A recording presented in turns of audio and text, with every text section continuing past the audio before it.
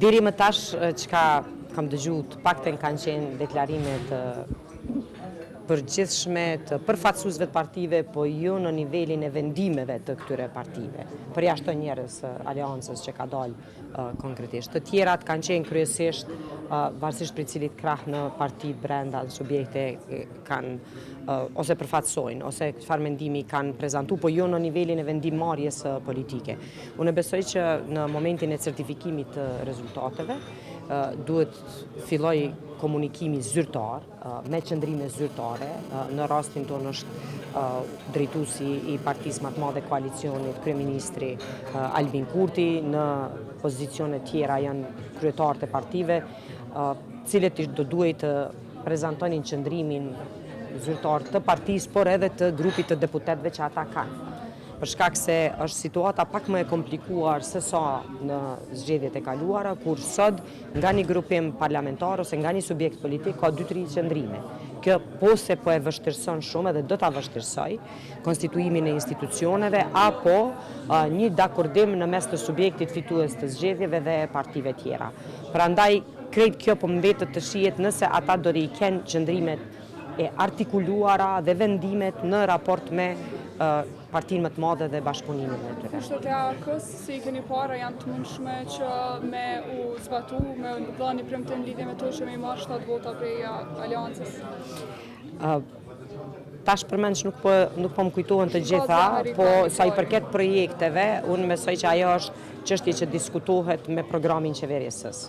Dhe nëse një parti qet kushtet e kësaj natyre, por nuk ka pjesë e qeverisë, nuk po, do të thënë përmbajtja e saj. Ndërsa sa i përket në veçantë këtij projekti, i cili është politizuar tepër shumë, as kujna nuk besoj që i bën nder, e as bashkëpunimit apo raporteve tona me Shtetet Bashkuara të Amerikës, nëse projektet strategjike apo resort të si që është energjia shfrytëzohen për betejë të brendshme politike.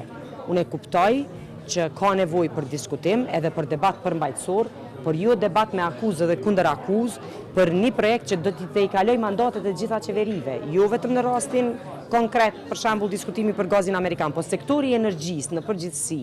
Ne sot kemi resurset apo kapacitetet gjeneruese që janë dekada, ka 60 vite që ke kapacitetet gjeneruese, ndërsa sot përdoret për poena politike diskutimi, edhe bastardohet komunikimi publik në mes të akterëve politik me akuza se dikush është kundër Amerikës se nuk e pranon një projekt. Domethënë kjo është tërësisht e gabuar.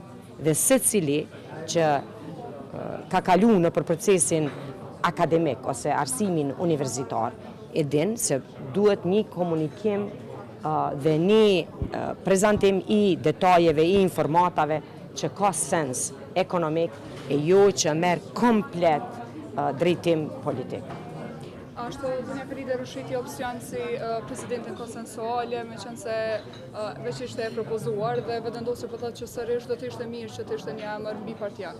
Nuk mund të flas për emra tash, për shkak se ky është një proces i cili është lënë të diskutohet në mes partive politike, siç e dini, është thënë që vriten edhe rekomandime tjera. Zonja Feride Rushiti ka ardhur si rekomandim në momentin kur partitë opozitare atë botë asnjë propozim nuk e kanë dhënë, ose për asnjë emër publikisht nuk kanë folur. Ndoshta është momenti që me fillu me i trajtu gjanat seriozisht, duke fillu prej qëndrimeve zyrtareve të subjekteve politike që dakordohen edhe garantojnë për gjithë deputetët ose numrin e deputetëve. Lidhjen Demokratike të Kosovës, Partinë Demokratike të Kosovës, që të dyjat në herën e kaluar nuk kanë pasur propozime konkrete, asnjë propozim nuk e kanë dhënë kur janë ftuar në takim për të diskutuar emrat e presidentëve. Ju falenderoj shumë.